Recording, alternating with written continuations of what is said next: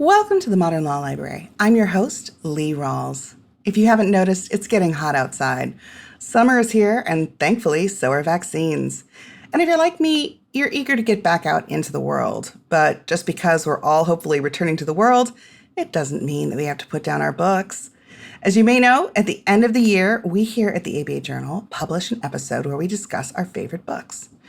Well, this seemed like a good moment to do that with a summer reading list so you can re-enter the world well armed with a good read. So today, I'm going to share a few of my favorite recommendations for summer reading, and we're going to tie it all up with a brief replay of a past episode with author David Grann, who wrote Killers of the Flower Moon. Now, you may have heard this is going to be made into a movie by Martin Scorsese, starring Leonardo DiCaprio and Jesse Plemmons. We're really looking forward to seeing that, and I think that you will enjoy this replay of our episode we did with him back in 2017. I'm also going to talk a little bit about what I've been reading. I'm fully vaccinated. I hope you guys are too. And I've started to take vacation and enter out back into the world. And while I've been doing it, I have been listening to a lot of audiobooks and doing some reading. So I thought I'd give you some recommendations. First off, if you feel like you want more context for the pandemic response and how what failed, then I really would suggest the newest book by Michael Lewis. You may remember him from Moneyball. He also wrote a couple different books about the economic collapse in the 2008 time period, and he's just released a book called The Premonition, A Pandemic Story. Not all of you are going to be in the mood to listen to or read more about the pandemic, and I've got you covered there too. I downloaded an audiobook that I've really been enjoying by Carol Burnett. Yes, the comedian and TV star Carol Burnett. It's called In Such Good Company, 11 Years of Laughter, Mayhem, and Fun in the Sandbox. Obviously, you can get this in print, but I had to go for the audiobook. I wanted to hear her tell her story for myself. If you are a history buff, I have a couple books for you on this. One is a little bit unusual. It's called A Fatal Thing Happened on the Way to the Forum by Emma Southen. And in it, she takes a look back at ancient Rome, what they considered to be murder or homicide, and how they dealt with it. Now, that sounds grim. It's actually very clever and often funny in parts, and of course, heartrending in others. And I really enjoyed it, so I would recommend that one. I also have been going through a World War II kick, and I know there are plenty of people out there who also enjoy these books, so I'll just mention some that I've enjoyed. Ian Toll, Toll, has written a trilogy about the battle in the Pacific, specifically naval battles, and the trilogy here is Pacific Crucible, The Conquering Tide, and Twilight of the Gods. And as always, I will kick in a recommendation for Anthony Beaver, a wonderful historian. I spent 2020 listening to 36 or so hours of his book, The Second World War, and I also have consumed in the past 6 months his D-Day, The Battle for Normandy. And I'll round out my last history recommendation with The Romanovs, 1613 to 1918, by Simon Sebag Montefiore. Now, this one is a real doorstopper of a book, but it is absolutely fascinating. If you are interested in Russian history at all, I really do recommend it. He tells it in a very fascinating, compelling way. I did have to take some breaks during this book because there are some extremely grim parts, but it really is a page turner. And then if you're just looking for a lighter read, something you can throw in your beach bag and take with you on your own vacation, I have been enjoying Jenny Colgan's books. They are not terribly intellectual, but they feel nice on the brain. And I have read the Kieran Thief series by her in the last 6 months. Also, Practical Magic by Alice Hoffman. You may remember this as a Sandra Bullock, Nicole Kidman movie way back in the, I want to say, 2000s. And she has written this series over a period of several decades, and a new book in this series is coming out soon. So I thought I'd go back to the beginning and read Practical Magic by Alice Hoffman. All right. Well, thank you for joining us for this slightly different episode of the Modern Law Library. Please enjoy this 2017 conversation with David Grann, author of Killers of the Flower Moon. And if you're out there traveling, please stay safe and have a great time reading. The Osage tribe was forced from their ancestral lands by the U.S. government, but through shrewd and careful bargaining, they were able to retain the mineral rights to their new home in Osage County, Oklahoma. It turned out to be one of the largest oil fields in the world. But instead of ensuring the prosperity and safety of the tribe, the wealth of the Osage led them to be targeted for what was later known as the Reign of Terror. Welcome. My name is Lee Rawles, and this is the Modern Law Library. I'm here today with David Grann, the author of Killers of the Flower Moon, The Osage Murders, and the Birth of the FBI. David, thank you so much for joining us. Thank you for having me on the show. Now, David, can you tell me what brought you to this story? This is not anything I know that I was taught in school. How did you find out about these multiple murders of Osage tribe members in the 19-teens through the 1930s? So, yes, I first heard about the story back in 2011 from an historian, and I was pretty shocked that I had never heard of this case. I did not know that the Osage were among the wealthiest people in the world. I did not know that they had been serially murdered, and I did not know that the investigation would become one of the FBI's first major homicide cases. So it was at that time I headed out to the Osage Nation in northeast Oklahoma, and I made a visit to their museum. And when I was there, they had this enormous panoramic photograph on the wall. It was taken in 1924. It shows members of the Osage Nation gathered with white settlers. It looks like a very innocent pageant, but I noticed that a panel from the photograph was missing. And I asked the museum director why, what had happened to it. And she said it had contained a figure so frightening that she decided to remove it. And she then pointed to that missing panel and she said the devil was standing right there. And the book really grew out of trying to understand who that figure was and the anguishing history it embodied. The museum director went down into the basement at one point and got an image of the missing panel. And it showed a man peering out very creepily from the edge of the photo. And it turned out he was one of the masterminds of many of the killings of the Osage for their oil money back during the early part of the 20th century. Now, to orient our readers, I think that, we do sometimes hear about the Trail of Tears, which was, the Cherokee Nation. The Osage had a slightly different journey, and many of their leaders were able to very cannily bargain with the U.S. government. Now, they were facing really terrible odds. The government pretty much always wins, but people like James Bigheart, John Palmer were able to do some things for the tribe so that they should not have been in such desperate straits. Can you talk a little bit about what made the Osage Nation's experience a little bit different than some of the other tribes in Oklahoma? Yeah, sure. So the Osage had once dominated the central part of the country all the way from Kansas and Missouri to the edge of the Rockies. In the early 1800s, Thomas Jefferson, then president, referred to them as the Great Nation. He actually met with a delegation of Osage chiefs in 1804 at the White House and assured them that the country would treat them only as friends. Although he referred to them as my children, and this seems to be very creepy and to kind of very paternalistic and foretelling of how the U.S. government would look at these people, these grown adults. Exactly. It showed the sense of paternalism that often concealed the real hand of coercion, as the Osage would quickly learn. As within just a few years, he began to push them off their land. Within a few decades, they were forced to cede more than 100 million acres of their ancestral land. They were confined eventually to a reservation in Kansas, and then in the 1860s were under siege once more. And it was then that an Osage chief, when they were searching for a new homeland, stood up and said they should move to this land that was then in Indian territory, would later become Oklahoma, because the land was hilly and rocky and infertile. And he said the white man would finally leave us alone, so my people should move there. And so they did, and they actually purchased their land. They had a deed to this land. It was about the size of Delaware. Most whites considered this area worthless at the time, and they resettled there. There was only about 2,000 of them left. The forced migrations and diseases from white men's diseases, massacres had taken a tremendous toll on them. And they resettled there on the seemingly forsaken land. And then lo and behold, it turned out to be sitting upon these enormous deposits of oil. And they began to become, within a few years, the wealthiest people per capita in the world.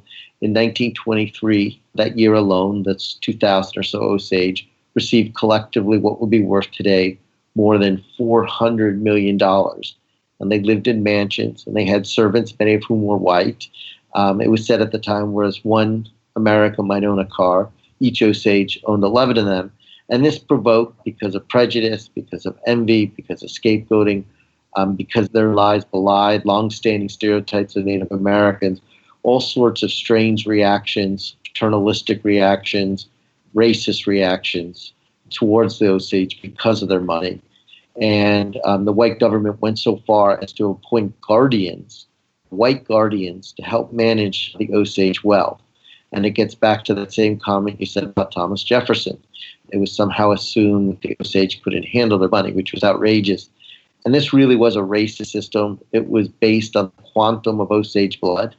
If you were a full-blooded Osage, you were deemed, quote-unquote, incompetent and given a white guardian. So you could be a great chief who led a nation and suddenly have someone telling you where you can buy a car or what kind of toothpaste. A chief at that time literally set up and said, "We are not children, we are men, and this is an injustice." And this system also led to a criminal enterprise where many guardians ended up stealing and swindling millions of dollars. Now that leads us into the character who dominates the beginning of the book. And this is a woman named Molly Burkhart, who in her own right seems like a very strong woman, resourceful.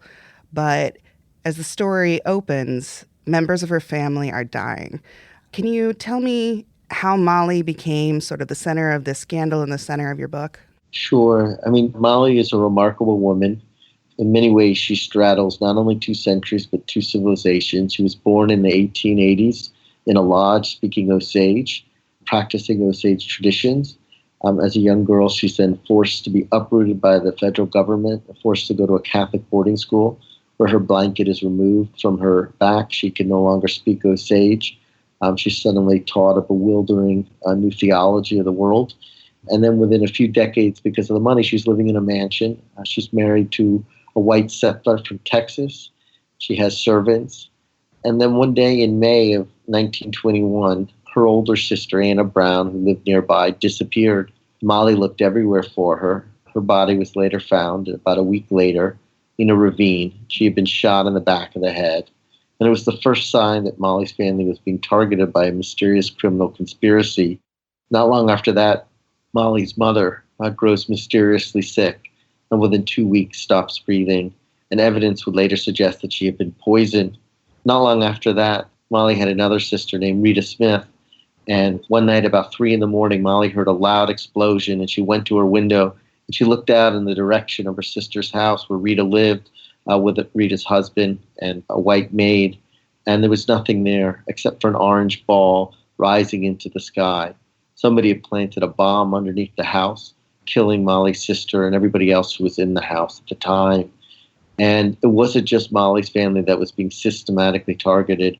One by one, the Osage with oil money were being targeted and mysteriously killed through shootings, poisoning, and even this bombing.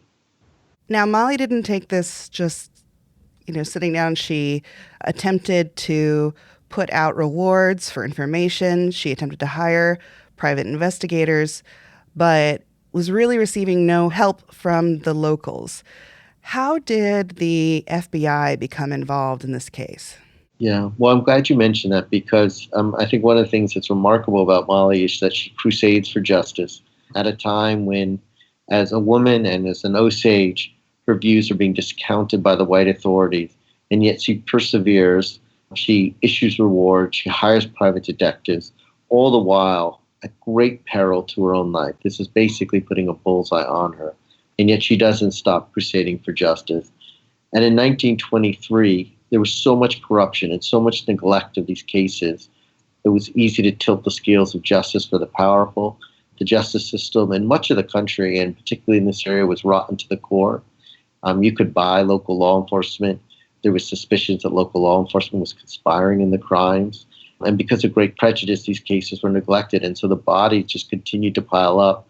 And by 1923, Molly and other members of the tribe issued a tribal resolution asking and demanding for the federal authorities to send in investigators.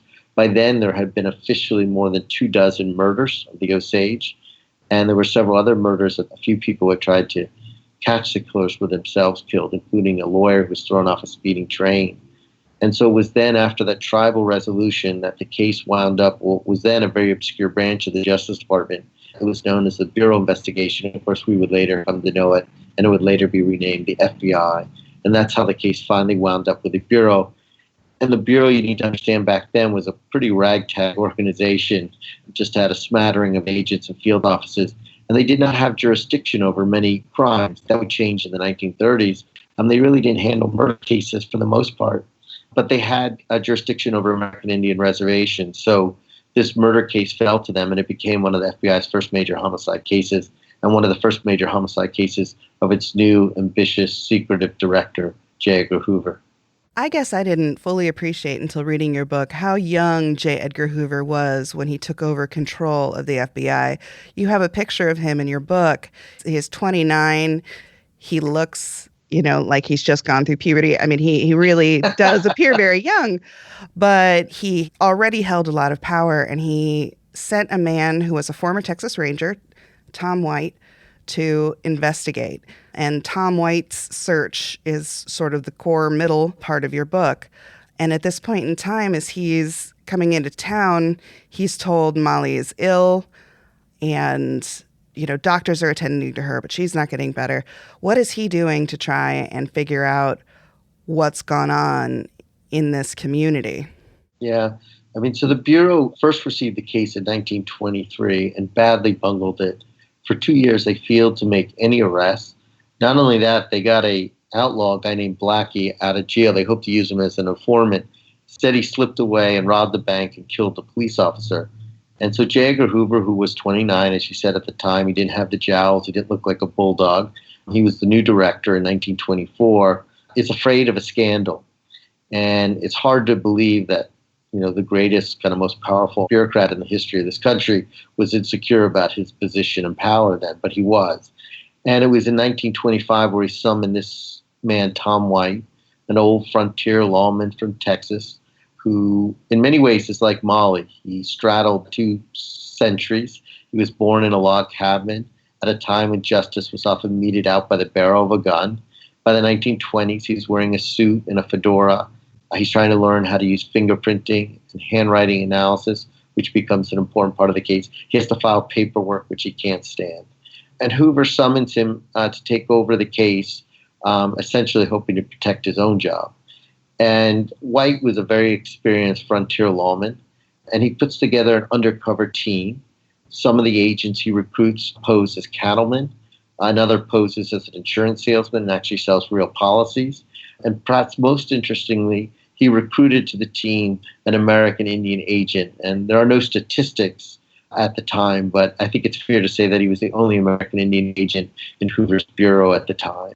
And they go in undercover, and they do, in many ways, it's less like a criminal investigation than an espionage case. There are moles, there are double agents, there's fears of a triple agent, the reports are leaked, they are followed. It is impossible to know who to trust.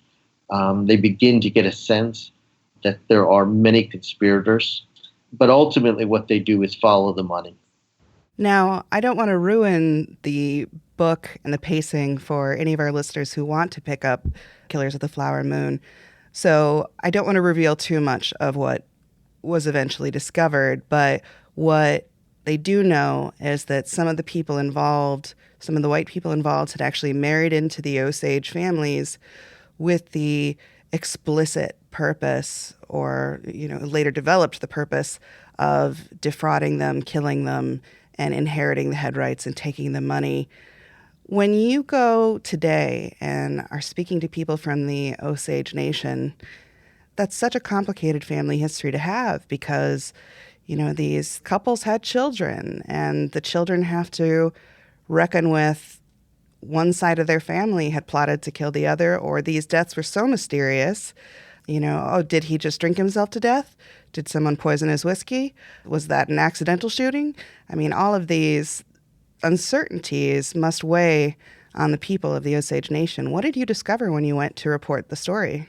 Yeah, so I mean, these were, as you said, deeply intimate crimes, and it had to do with the complicated way in which you could get the oil money. And so it involved marrying into families.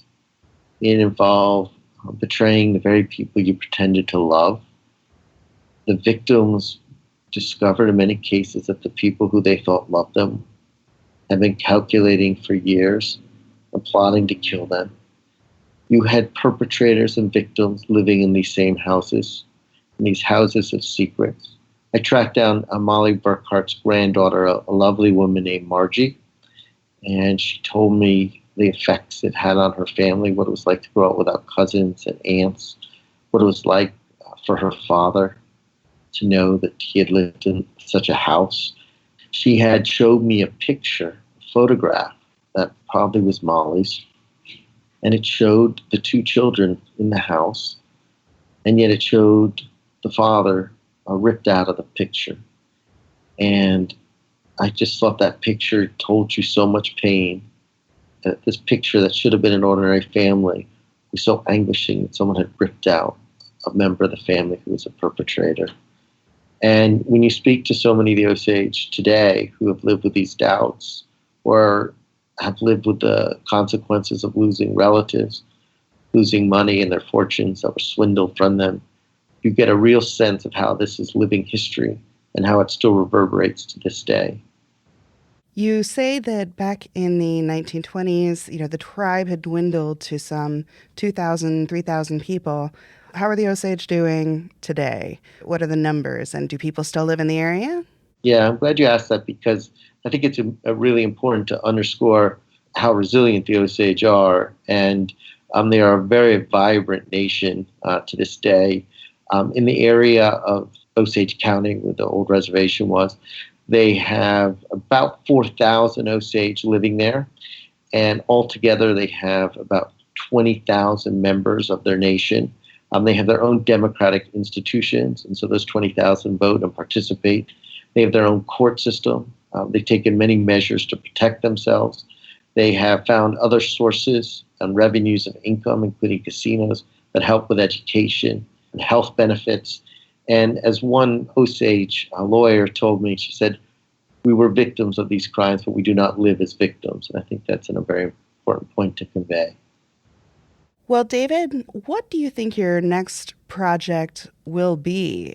And do you have any other books that you think that our listeners would also like to check out aside from Killers of the Flower Moon? Sure.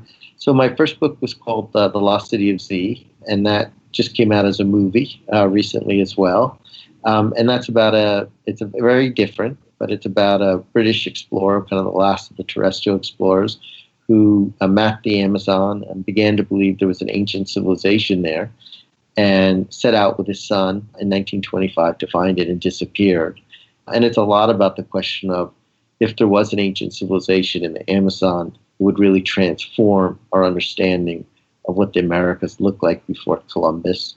It also deals with a lot of racial prejudice because of attitudes and assumptions about indigenous societies in the Amazon. The listeners may be interested in that. And I'm a writer at the New Yorker, and I'm working on a magazine story on something a little bit lighter at the moment, but I'm also looking for a new book idea. So if anybody has one, feel free to reach out to me. You can contact me through my website at davidgrann.com or on Twitter at David Grann. Well, David, thank you so much for joining us. And readers can pick up your book, Killers of the Flower Moon, The Osage Murders and the Birth of the FBI. I believe in print and ebook and audiobook, which is how I listen to it as well on commute. So it made for a great commute. And if you've enjoyed this episode of the Modern Law Library, please rate, review, and subscribe on iTunes or whatever your favorite podcast service is. Thank you for joining us for this special flashback episode of the Modern Law Library. I hope you enjoyed it. I hope that you and yours are safe this summer and having lots of time to read and recover, and that you'll join us next episode when we have a brand new discussion with new authors I'm excited for you to hear from. If you have a suggestion for books you'd like us to feature, please reach out to us at books@abajournal.com.